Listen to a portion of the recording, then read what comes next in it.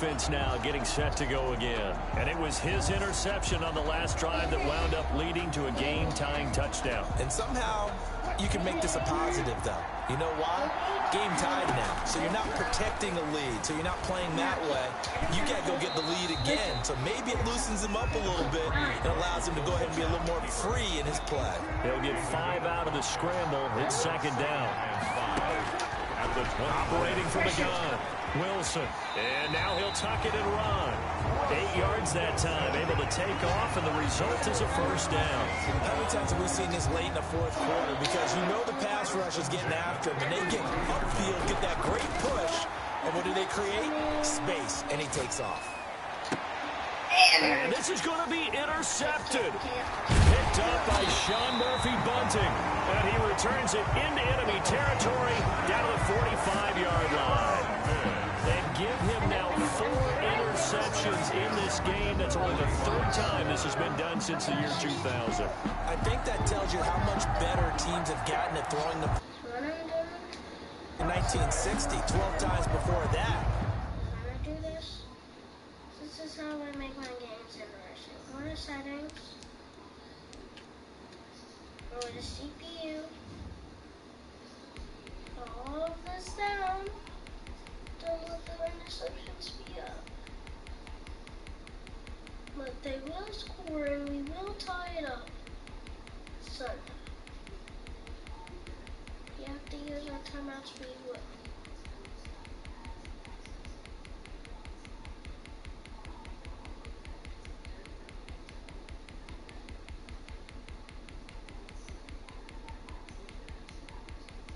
Me and my dad did this without changing settings when I didn't have a YouTube channel. And I was broke.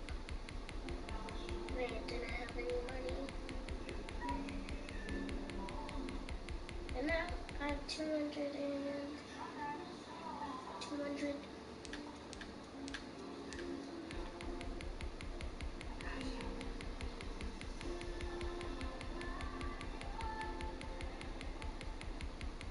That song down there is already.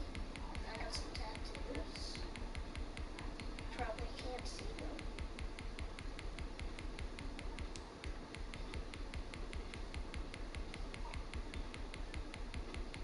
This is not easy, guys.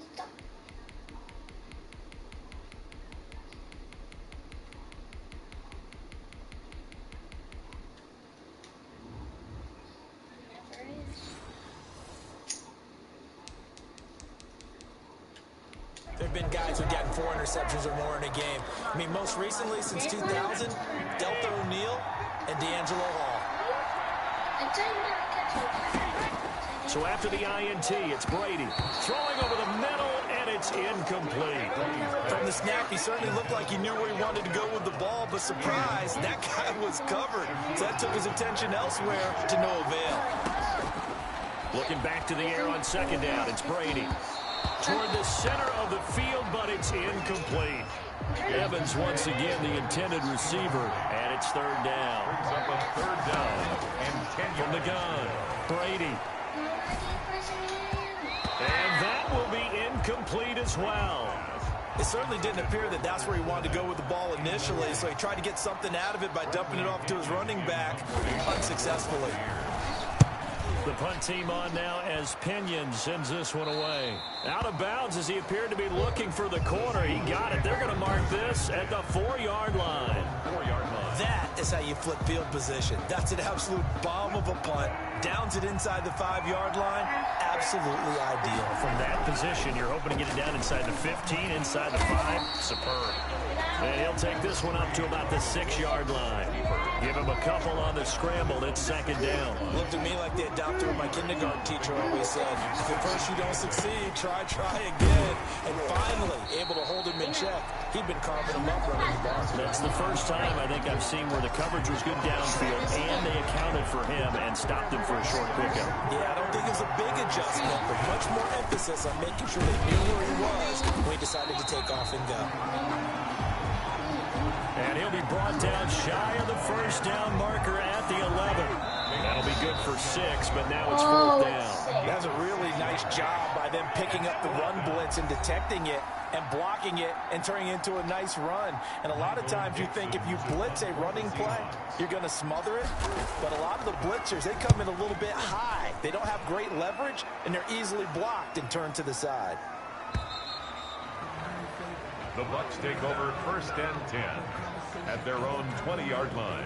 Now the Buccaneer offense set to take over again. And they're coming off a 3-and-out, my friend. I think they've got to look at that play sheet and go to a spot that they haven't gone before. Time to shake things up a little bit to try and get this offense moving. Okay, so how do you do that? How do you shake things up? You look at what you called before, realize it hasn't worked Go to so something well, else. and maybe try and find one of those special plays from one of your better players, and maybe try and hit something big and get things going in the excitement area.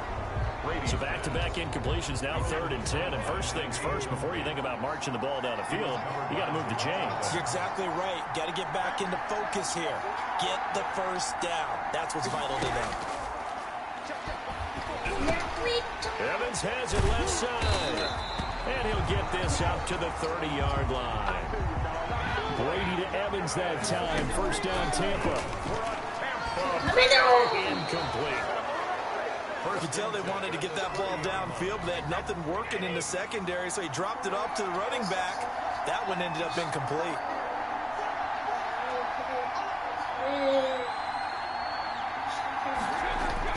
Brady to throw.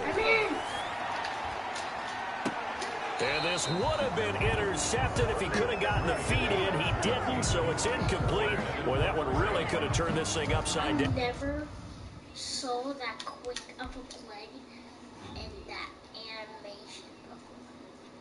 I never saw that animation.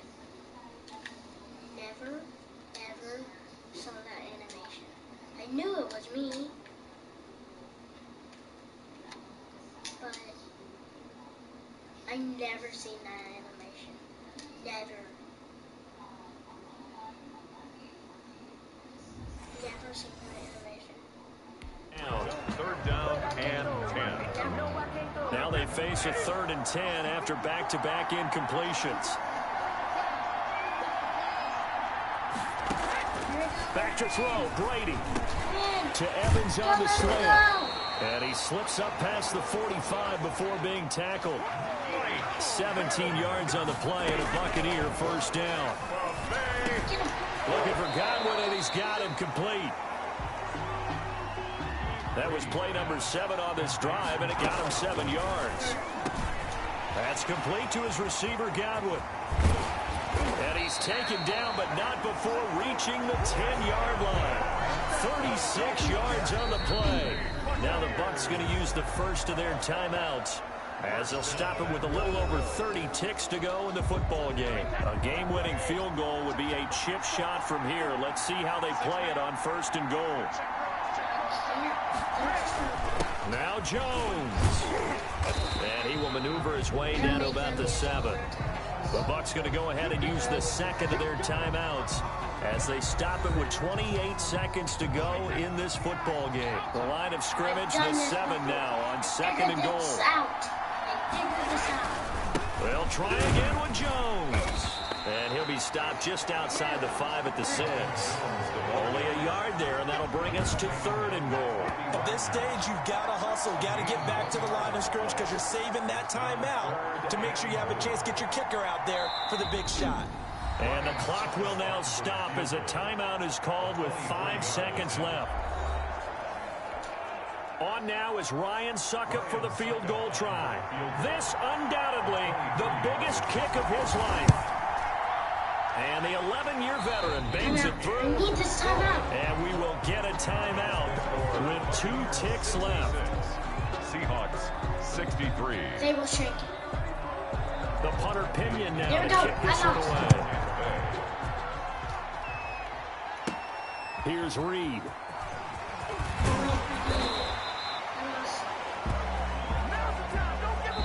The Tampa Bay Buccaneers have won the Super Bowl, and they will hoist the Lombardi Trophy to cap an amazing season.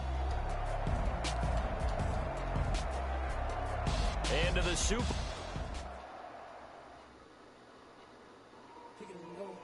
Kick it and go. With a stiff on, spin